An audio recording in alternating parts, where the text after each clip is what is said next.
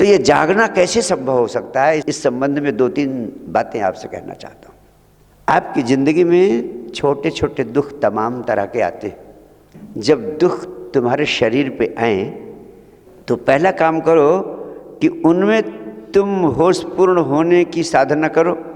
जैसे तुम्हारे सिर में दर्द हो रहा है तो थोड़ा कोशिश करो शरीर से अपने को अलग समझने की कोशिश करो, थोड़ा शरीर से अलग खड़े हो जाओ और कोशिश करो समझने की कि मैं शरीर से अलग खड़ा होकर देख रहा हूँ कि इस शरीर के सिर में दर्द हो रहा है, मैं उसे जान रहा हूँ।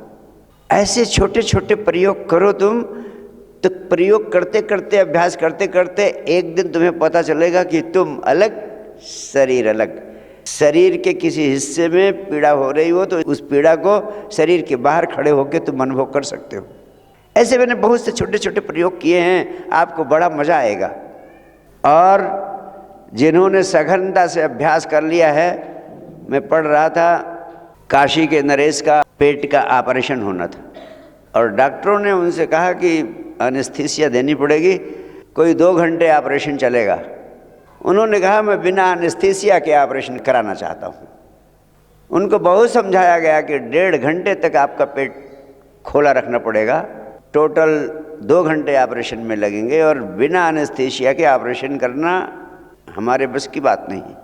उन्होंने कहा आप प्रयोग करके देखें, आप मुझे कोई पुस्तक दे दीजिए, मुझे एक गीता की पुस्तक दे दीजिए, मैं गीता की पुस्तक में अपनी सारी चेतना केंद्रित कर दूंगा, शरीर मेरा पड़ा रहेगा, आप उसको काटिए पीटिए ऑपरेशन करिए।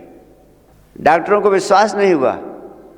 उन्होंने पहले छोटा सा प्रयोग किया। उन्होंने कहा ठीक है आप लीजिए गीता की पुस्तक, चेतना को ले जाइए गीता में, और उन्होंने उनके हाथ में छुरे से काटा। इस तरह से 2-3 बार उनके शरीर में 2-3 जगह पे छुरे से काट के देखा और जब कोई असर नहीं हुआ, डॉक्टरों को भरोसा हो गया कि ये ऑपरेशन संभव है। तो दुनिया का पहला ऑपरेशन है काशी के नरेश का, जो 2 घंटे तक चला और बिना एनेस्थीसिया के वो ऑपरेशन हुआ, क्योंकि उन्होंने अपने को शरीर से अलग करके उससे अलग अवस्था में होने का अभ्यास कर लिया था और ये पूरी तरह सफल ऑपरेशन हुआ। छोटे छोटे चीज़ों में आप साक्षी भाव को साधें, शरीर के प्रति साक्षी हो जाए। मैं आपसे जैसे हमेशा पहले भी कहता रहा हूँ, आज भी कहता हूँ, खाना खाते समय देखो कि शरीर भोजन का आनंद ले रहा है, थोड़ा बाहर खड़े हो जाओ। मुझे सुनते समय बाहर खड़े हो जाओ और देखो कि तुम्हारा शरीर गुरुदेव को बोलते हुए सुनने का आनंद ले रहा है। थोड़ा शरीर से अलग होने का अभ्यास करो और ये अभ्यास करते करते तुम्हारा अभ्यास इतना गहरा हो जाएगा, तुम्हारी साधना इतनी सिद्ध हो जाएगी कि जो वर्षों अंतर तप बहिर तप साधने के बाद नहीं होता, वो इस संसार में गृहस्थ जीवन में रहते हुए ही तुम्हें गहन अनुभव उपलब्ध होता चला जाएगा।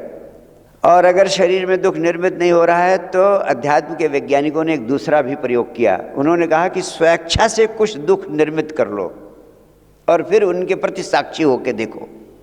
स्वेच्छा से दुख निर्मित करने के बहुत उपाय किए गए भारतवर्ष की परंपरा में, सभी धर्म परंपराओं में हुए। उस समय ये विज्ञान था, अब आपके लिए कर्मकांड हो गया है। जैसे हमने एक उपवास की आध्यात्मिक विधि का प्रारंभ किया और इस उपवास की सारी तपश्चर्या का रहस्य महत्वपूर्ण है। उपवास आप तमाम सारे लोग करते होंगे, लेकिन उपवास का यह राज किसी को नहीं पता।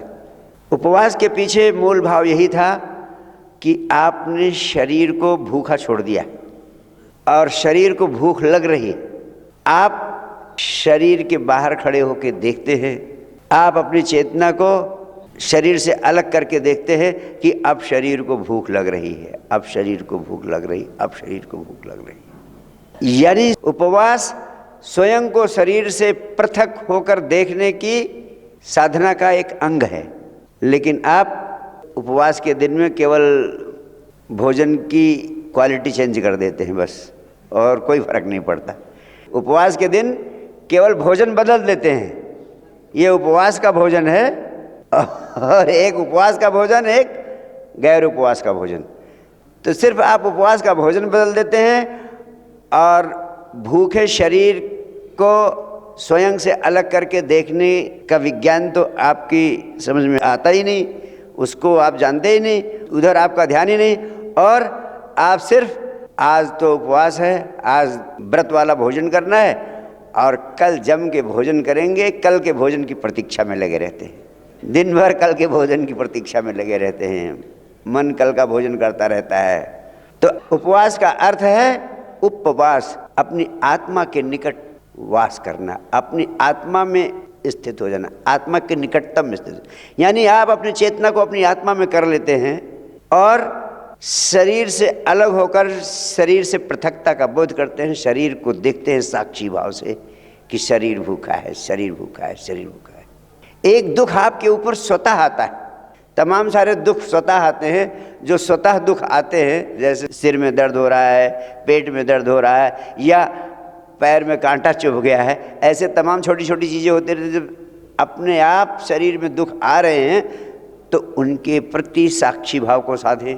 लेकिन जब आप स्वयं निर्मित करते हैं कोई दुख अपने शरीर के ऊपर, तो उसके प्रति साक्षी भाव को साधना ज़्यादा आसान होता है, क्योंकि आप जानते हैं कि ये तो स्वतः आया नहीं। जब मैं व्रत में हूँ तो भूख शरीर को अपने आप तो आई नहीं है, ये तो मेरे बस में है, मैंने निर्मित किया है इसे। तो लगता है कि ये मुझसे अलग है, पृथकता का बोध, वो आपने उपवास को आमंत्रित किया है। तो अतिथि जो होता है वो सदैव अपने से अलग होता ही है, तो आपको पृथकता का बोध, अलग होने का बोध बहुत सहजता से हो जाता है। इसलिए जो दुखों को आमंत्रित करके स्वनिर्मित दुखों से मैं छोटा छोटा अभ्यास करके आप देख सकते हैं। जैसे मैंने कहा कि आपका उपवास रह ही नहीं जाता, ये तो अनशन हो जाता है। उपवास का अर्थ हुआ आत्मा के निकट निवास करना, शरीर से अलग आत्मा के निकट निवास करना। और अनशन का अर्थ क्या होता है? अनशन यानी भोजन से दूर रहना, भोजन न करना। आपके लिए उपवास आत्मा के निकट वास न होकर सिर्फ अनशन बन जाता, भोजन न करना या दूसरे प्रकार का भोजन करना। अब तो अनशन भी नहीं रह गया, अनशन भी करते आप तब भी कुछ बात होती कि चलो आज भूखे रह रहे हैं।